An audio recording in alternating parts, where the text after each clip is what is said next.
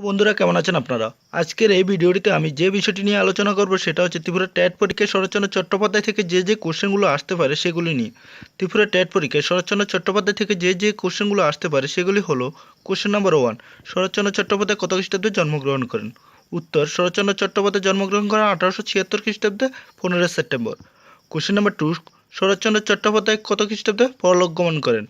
উত্তর: শরৎচন্দ্র চট্টোপাধ্যায় পরলোক গমন করেন 1938 খ্রিস্টাব্দে 16 জানুয়ারি।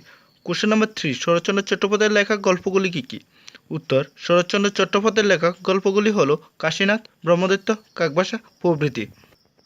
কোশ্চেন নাম্বার 4, শরৎচন্দ্র চট্টোপাধ্যায়ের উল্লেখযোগ্য উপন্যাসগুলি কী কী? উত্তর: শরৎচন্দ্র চট্টোপাধ্যায়ের উল্লেখযোগ্য উপন্যাসগুলি হলো: বরদিদি 1913 খ্রিস্টাব্দে প্রকাশিত হয়, পণ্ডিত মশাই 1914 খ্রিস্টাব্দে প্রকাশিত হয়, অরক্ষণীয় 1916 খ্রিস্টাব্দে প্রকাশিত হয়, পল্লী সমাজ 1916 খ্রিস্টাব্দে প্রকাশিত হয়।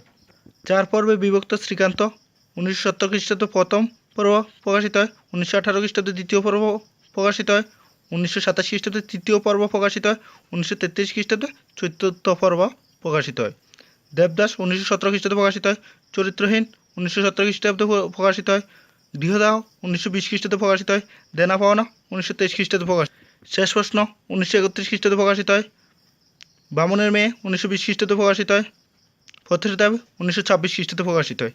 এছাড়া বিরাজবউ, পরিণীতা, চন্দ্রনাথ, ভূকুণ্ঠের উল, নিষ্কৃতি, স্বামী, একাদশী বৈরাগী, সুভদা প্রভৃতি উপন্যাসগুলি তিনি লিখেছিলেন।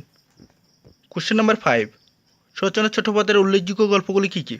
উত্তর: শরৎচন্দ্র চট্টোপাধ্যায়ের উল্লেখযোগ্য গল্পগুলি হলো: বিন্দুর ছেলে, রামের সুমতি, মেজদিদি, দর্পচূর্ণ, মন্দির, মহেশ, অভাগীর স্বর্গ, লালু, ছেলেদোরা প্রভৃতি। কোশ্চেন নাম্বার 6, শরৎচন্দ্র চট্টোপাধ্যায়ের লেখা উল্লেখযোগ্য নাটকগুলি কী কী?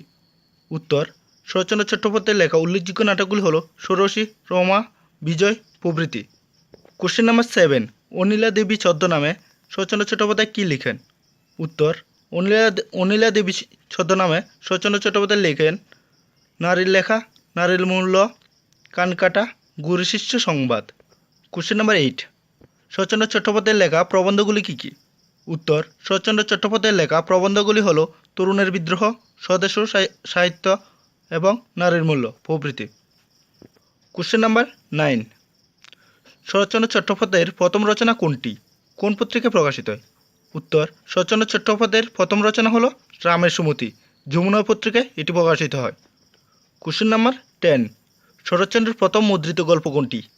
এই গল্পের জন্য তিনি কবে কোন পুরস্কার লাভ করেন? উত্তর: শরৎচন্দ্র চট্টোপাধ্যায়ের প্রথম মুদ্রিত গল্প মন্দির গল্প। এই গল্পের জন্য তিনি 1309 বঙ্গাব্দে কুন্তলীন পুরস্কার লাভ করেন। কোশ্চেন নাম্বার 11, শরৎচন্দ্রের প্রথম মুদ্রিত গ্রন্থ কোনটি? তিনি কোন ছদ্মনামে পরিচিত ছিলেন? উত্তর: শরৎচন্দ্রের প্রথম মুদ্রিত গ্রন্থ হল বরদিদি। তিনি অনিলা দেবী ছদ্মনামে পরিচিত ছিলেন। কোশ্চেন নাম্বার 12, শরৎচন্দ্রের কুন্তলীন পুরস্কারপ্রাপ্ত গল্প কোনটি? উত্তর: শরৎচন্দ্রের কুন্তলীন পুরস্কারপ্রাপ্ত গল্প হল মন্দির গল্প। কোশ্চেন নাম্বার 13, শরৎচন্দ্রের জীবিতকালের শেষ উপন্যাস কোনটি? উত্তর: শরৎচন্দ্র চট্টোপাধ্যায়ের জীবিতকালের শেষ উপন্যাস হল বিপ্রদাস। কোশ্চেন নাম্বার 14, শরৎচন্দ্রের যে উপন্যাসটি রাজরসে পড়ে সেটি কি? উত্তর: শরৎচন্দ্রের যে উপন্যাসটি রাজরসে পড়ে সেটি হলো পথের দাবি। কোশ্চেন নাম্বার 15, শরৎচন্দ্রের বাল্য রচনা কোনটি? উত্তর: শরৎচন্দ্রের বাল্য রচনা হলো সুভদা। কোশ্চেন নাম্বার 16, শরৎচন্দ্রের লেখা গল্পগ্রন্থ কোনটি? উত্তর: শরৎচন্দ্রের লেখা গল্পগ্রন্থ হলো মেজদিদি। কোশ্চেন নাম্বার 17, শরৎচন্দ্রের রামের সুমতি গল্পটি প্রকাশিত হয়েছিল যে পত্রিকায় সেটি কি? উত্তর: শরৎচন্দ্রের রামের সুমতি গল্পটি প্রকাশিত হয়েছিল যে পত্রিকায় সেটি হলো যমুনা পত্রিকা। কোশ্চেন নাম্বার 18, শরৎচন্দ্রের দত্তা উপন্যাসের নাট্যরূপ কোনটি? উত্তর: শরৎচন্দ্রের দত্তা উপন্যাসের নাট্যরূপ হলো বিজয়। কোশ্চেন নাম্বার 19, রমা নাটকটি যে উপন্যাস থেকে নেওয়া হয়েছে সেটি কি? উত্তর: রমা নাটকটি যে উপন্যাস থেকে এসেছে সেটি হলো পল্লী সমাজ। কোশ্চেন নাম্বার 20, শ্রীকান্ত উপন্যাসের কয়টি পর্ব? উত্তর: শ্রীকান্ত উপন্যাসের 4টি পর্ব। কোশ্চেন নাম্বার 21, শরৎচন্দ্রের ষোড়শী যে উপন্যাসের নাট্যরূপ সেটি কি? উত্তর: শরৎচন্দ্রের ষোড়শী যে উপন্যাসের নাট্যরূপ সেটি হলো দেনা পাওনা। কোশ্চেন নাম্বার 22, শরৎচন্দ্রের শেষ প্রশ্ন প্রকাশিত হয়েছিল কোন পত্রিকায়? উত্তর শরৎচন্দ্রের শেষ প্রশ্ন প্রকাশিত হয়েছিল যে পত্রিকায় সেটি হলো ভারতবর্ষ পত্রিকা। কোশ্চেন নাম্বার 23, শরৎচন্দ্রের ছোটদের জন্য লেখা যে গল্প বিশেষ সেটি কি? উত্তর শরৎচন্দ্রের ছোটদের জন্য লেখা যে গল্প বিশেষ পরিচিত সেটি হলো লালু। কোশ্চেন নাম্বার 24, শরৎচন্দ্রের ছদ্মনাম কি? উত্তর শরৎচন্দ্রের ছদ্মনাম হলো অনিলা দেবী। কোশ্চেন নাম্বার 25, শরৎচন্দ্রের শ্রীকান্ত উপন্যাসটি ভারতবর্ষ পত্রিকায় বেরোনোর সময় কী নাম ছিল? উত্তর শরৎচন্দ্রের শ্রীকান্ত উপন্যাসটি ভারতবর্ষ পত্রিকায় বেরোনোর সময় নাম ছিল শ্রীকান্তের ভ্রমণ কাহিনী।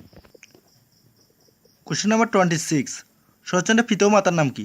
উত্তর শরৎচন্দ্রের পিতার নাম মতিলাল চট্টোপাধ্যায় এবং মাতার নাম ভুবন মোহিনী দেবী। থ্যাংক ইউ সো মাচ ভিডিওটি দেখার জন্য। আর যদি ভিডিওটি আপনাদের ভালো লেগে থাকে তাহলে লাইক এবং সাবস্ক্রাইব করে আমাকে মোটিভেশন করবেন। থ্যাংক ইউ সো মাচ ভিডিওটি দেখার জন্য।